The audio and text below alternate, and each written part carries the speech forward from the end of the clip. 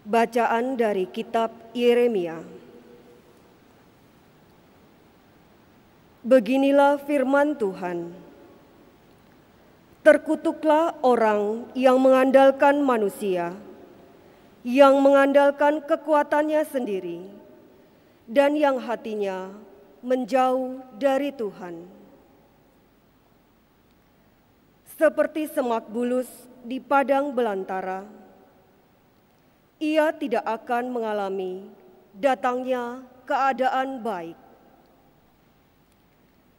Ia akan tinggal di tanah gersang, di padang gurun, di padang asin yang tidak berpenduduk.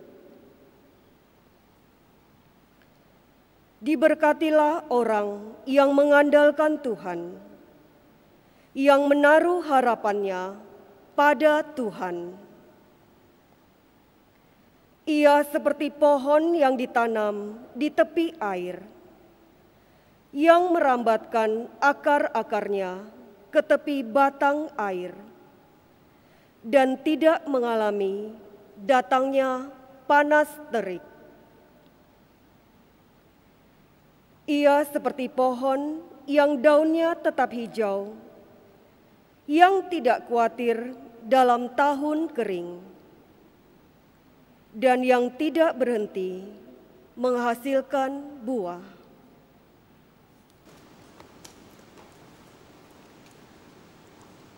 Demikianlah sabda Tuhan.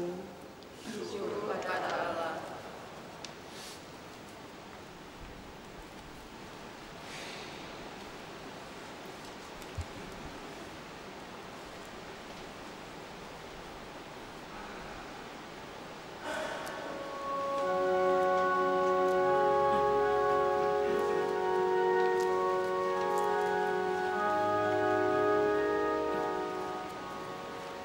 Berbahagialah orang yang menaruh kepercayaan pada Tuhan. Berbahagialah orang yang menaruh kepercayaan pada Tuhan.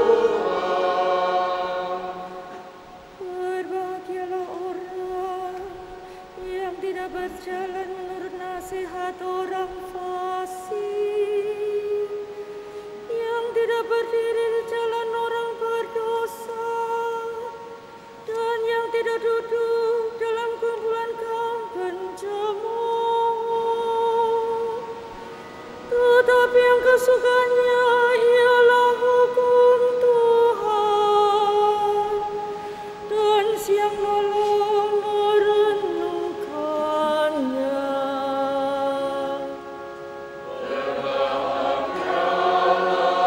Orang yang menaruh kepercayaan pada Tuhan.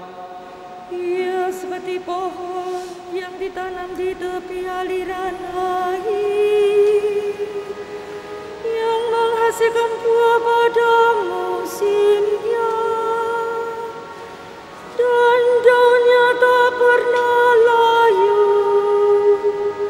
Apa saja yang diperbuatnya berhasil.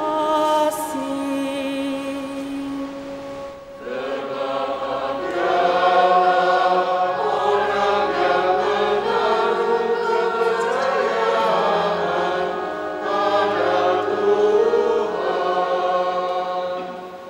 Bukan demikianlah orang-orang fasik. Mereka seperti sekam yang ditiup angin. Sebab Tuhan mengenal jalan orang benar, tetapi jalan orang fasik menuju kebinasaan. Orang yang menaruh kepercayaan pada Tuhan.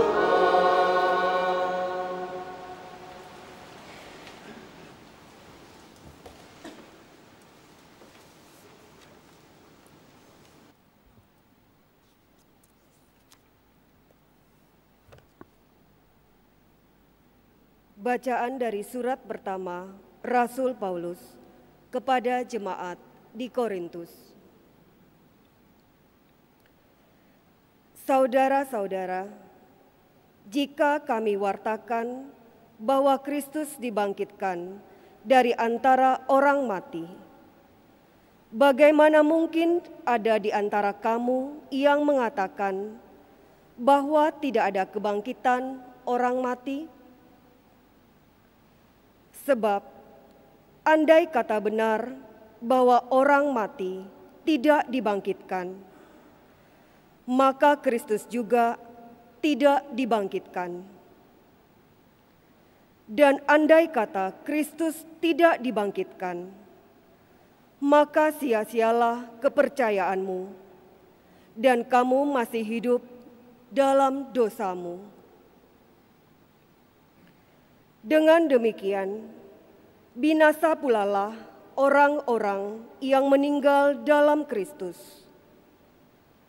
Dan jikalau kita berharap pada Kristus hanya dalam hidup ini, maka kita ini orang-orang yang paling malang dari semua manusia. Namun ternyata Kristus telah dibangkitkan dari antara orang mati sebagai yang sulung dari antara orang-orang yang telah meninggal dunia.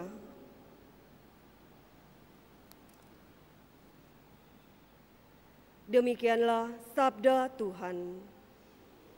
Allah.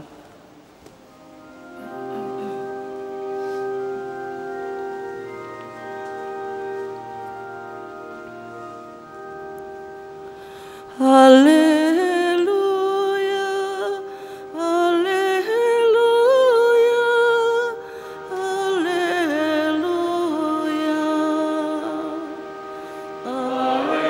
haleluya, haleluya.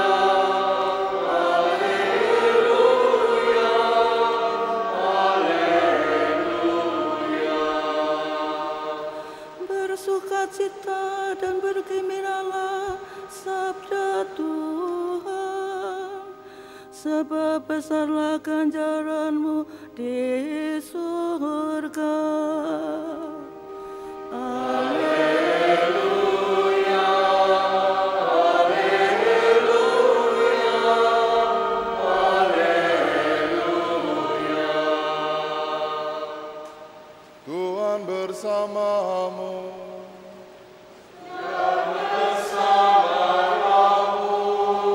Inilah Injil suci menurut Lukas.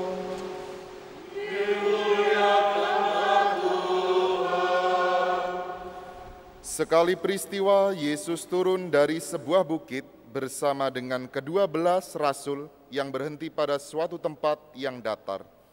Di situ berkumpul sejumlah besar murid-muridnya dan banyak orang lain yang datang dari seluruh Yudea dan dari Yerusalem, serta dari daerah pantai Tirus dan Sidon.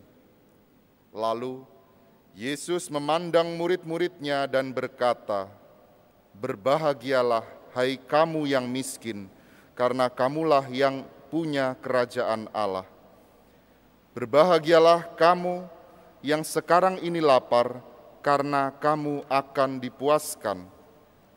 Berbahagialah, hai kamu yang sekarang ini menangis, karena kamu akan tertawa. Berbahagialah kamu jika kamu dibenci, dikucilkan, dan namamu dicela, serta ditolak demi Putra Manusia. Bersukacitalah pada waktu itu dan bergembiralah, sebab sesungguhnya upahmu besar di surga, karena demikian juga nenek moyang mereka telah memperlakukan para nabi. Tetapi celakalah kamu, hai kamu yang kaya, karena dalam kekayaanmu kamu telah memperoleh penghiburanmu. Celakalah kamu yang sekarang ini kenyang, karena kamu akan lapar. Celakalah kamu yang sekarang ini tertawa, karena kamu akan berduka cita dan menangis.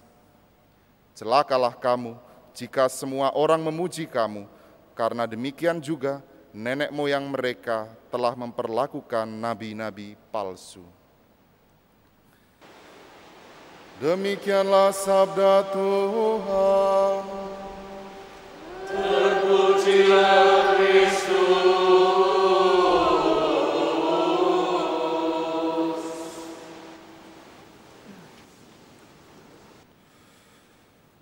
Saudara-saudariku yang terkasih di dalam Kristus, ada pertanyaan yang paling mendasar bagi kita dan mungkin pernah kita bertanya hal ini di dalam hati kita. Atau kita bertanya kepada teman atau rekan kita. Bisakah orang yang menderita itu bahagia? Menderita dalam arti yang luas, menderita dalam arti sebenarnya. Bisakah orang yang menderita itu bahagia? Hari ini Tuhan menegaskan kepada kita dengan Dia yang terkenal Injil hari ini adalah sabda bahagia. Sabda sukacita yang diberikan Tuhan. Sangat berlawanan dengan apa yang ditawarkan oleh dunia ini. Sangat berlawanan dengan apa yang kita mungkin kita pikirkan, kita mengerti tentang kebahagiaan di dunia ini. Miskin, lapar, menangis, dibenci, dikucilkan, adalah keadaan yang semua orang ingin menghindarinya. Adalah keadaan di mana semua orang tidak ingin mengalami hal itu. Dan kita tahu bahwa kondisi dan keadaan itu tidak jauh dari situasi kita saat ini. Tidak jauh dengan apa yang kita alami sekarang ini, saudara-saudari.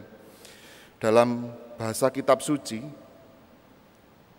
orang yang demikian, orang yang miskin, orang yang lapar, orang yang dibenci, dikucilkan, ditolak, terkhusus dalam perjanjian lama, di mana Tuhan Yesus saat itu hidup, di mana Tuhan Yesus saat itu bermasyarakat, artinya yang sesungguhnya adalah orang yang tidak memiliki apapun. Dan kemudian orang yang berseru setiap hari, berseru selalu kepada Tuhan. Orang yang berseru terus-menerus memohon kepada Tuhan. Dalam artian inilah kita melihat bahwa sukacita, bahwa kebahagiaan itu ada di dalam sikap mengosongkan diri dan kehampaan. Seolah-olah merasa tidak memiliki apa-apa. Seolah-olah apa yang kita miliki ini bukan milik kita. Seolah-olah apa yang telah kita capai itu bukan karena kita. Memang hal yang paling terkenal yang telah kita tahu, harta itu tidak dibawa mati. Kata-kata yang sangat lumrah, kata-kata yang tidak asing kita dengarkan. Tetapi kalau kita kaitkan dengan Injil hari ini, saudara-saudariku, Yesus menyerukan dengan tegas bahwa kebahagiaan itu tidak terletak di dunia ini. Kebahagiaan itu tidak terletak dari apa yang kita miliki, tetapi kebahagiaan itu terletak di dalam Tuhan yang dapat membuat manusia itu bahagia. Tuhan itu tidak pernah meleset. Janjinya, rencananya itu sesungguhnya selalu terjadi. Penderitaan itu tidak jauh dari kehidupan orang Kristiani, tidak jauh dari kehidupan orang Katolik. Bahkan penderitaan itu diambil sendiri oleh Tuhan sebagai jalannya untuk menyelamatkan kita. Dan artinya, saudara-saudariku, tidak ada kebangkitan tanpa penderitaan. Dan di dalam hidup kita, kita tahu juga tidak ada kesuksesan tanpa usaha. Tidak ada prestasi tanpa perjuangan. Tidak ada nilai bagus tanpa belajar. Itu hukum alam, itu hukum yang kita semuanya tahu, kita semuanya hidupi. seumur hidup ini. Dan artinya tidak ada sesuatu yang instan. Tidak ada sesuatu yang seperti sekarang ini orang itu ingin kaya dengan investasi bodong di internet, main apalah itu namanya, binomo dan lain sebagainya, dengan masukkan uang, lalu dengan hanya menunggu di smartphone, di handphone, lalu kemudian bisa mendapatkan uang sebanyak-banyaknya. Tidak ada seperti itu. Omong kosong. Dan akhirnya terbukti. Saudara-saudariku, tapi di akhir bacaan Injil hari ini, Tuhan Yesus mengatakan, celakalah kamu. Celakalah kamu. Mengapa Tuhan di awal mengatakan berbahagialah, kemudian di akhir bacaan, di akhir khotbahnya dia mengatakan celakalah kamu. Celakalah kamu yang tidak menaruh semua hal, semua hidupmu, seluruh apa yang kamu miliki kepada Tuhan. Seolah-olah ada hal yang bertolak belakang. Inilah yang membuat kita tidak lagi bergantung pada Tuhan. Kekayaan, lupa diri, senang-senang di atas penderitaan orang lain, mencari pujian diri sendiri, dan semua itu seringkali membuat kita lupa dan jatuh ke dalam dosa. Saudara-saudariku yang terkasih, seberapapun dan sebesar apapun yang kita punyai di dunia ini, yang kita miliki di dunia ini, kalau kita tidak ingat dengan Tuhan dan dengan sesama, apalah artinya? Apalah manfaatnya? Bisakah hal itu membawa kita kepada kebahagiaan sejati? Bisakah hal itu membawa kita kepada surga? Pertanyaan besarnya, lantas mengapa di dunia ini kita perlu berusaha untuk bekerja, untuk menghidupi, untuk menabung, untuk membeli rumah, untuk menyekolahkan, untuk berjuang demi kehidupan ini? Yang pertama-tama, kalau kita semuanya mau berjuang, kita mau berusaha, maka Tuhan senantiasa dimuliakan di dalam hidup kita. Bahwa Tuhan memberikan kita talenta, Tuhan memberikan kita kemampuan untuk mengembangkannya, untuk kemuliaannya, untuk kepentingan kita dan kepentingan sesama, untuk masyarakat luas. Bahwa saat ini kita tidak bisa hanya melihat diri kita sendiri.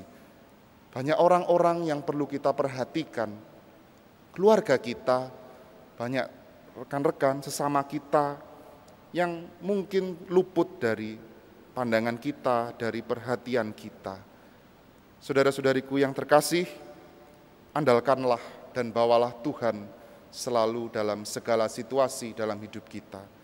Jangan sampai fokus kita, mimpi kita itu hanya terpusat pada sesuatu yang duniawi, terpusat pada sesuatu yang hanya semata-mata mencari keuntungan, tetapi persembahkanlah apa yang kita miliki, usaha kita itu ke dalam Tuhan. Awalilah hari dengan mengatakan, Tuhan, hari ini aku ingin mempersembahkan karyaku, pekerjaanku, apa yang aku rasakan, penderitaanku, kesusahanku, kesedihanku hari ini bersama-sama dengan Engkau. Bawalah Tuhan selalu dalam hidup kita, dan hanya Dialah yang dapat mengerti dan membawa kita kepada kebahagiaan sejati. Hari ini juga kita dapat belajar dari Bunda Maria.